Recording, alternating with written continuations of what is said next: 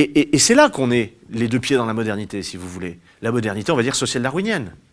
Et ça, j'y insiste beaucoup dans le livre. Les nazis sont des socio-darwinistes convaincus. C'est un petit peu les premiers de la classe, dans cette classe occidentale européenne du darwinisme social. D'autant plus qu'à leurs yeux, la Grande Guerre a confirmé les intuitions des darwinistes sociaux. Tout est guerre, permanent. Bien.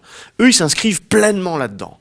Et au fond, ce que disent les nazis, ils disent aux Britanniques, ils disent aux Français, ils disent aux Américains, vous nous faites la leçon parce que nous serions racistes, mais vous l'êtes, hein, vous êtes possesseurs d'empires coloniaux et nous non. Vous nous accusez d'être antisémites, bah, vous l'êtes aussi. D'être impérialiste, vous l'êtes aussi. D'être capitaliste, vous l'êtes aussi. Au fond, nous, ce que nous faisons, disent les nazis, c'est que nous faisons la même chose que vous, mais beaucoup mieux que vous.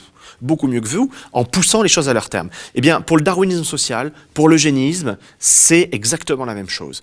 Ils s'inscrivent pleinement dans ce monde de combat. Et dans ce monde de combat, il y a une valeur cardinale qui détermine, si vous voulez, le droit à l'existence de l'être, c'est la performance, la productivité, la rentabilité.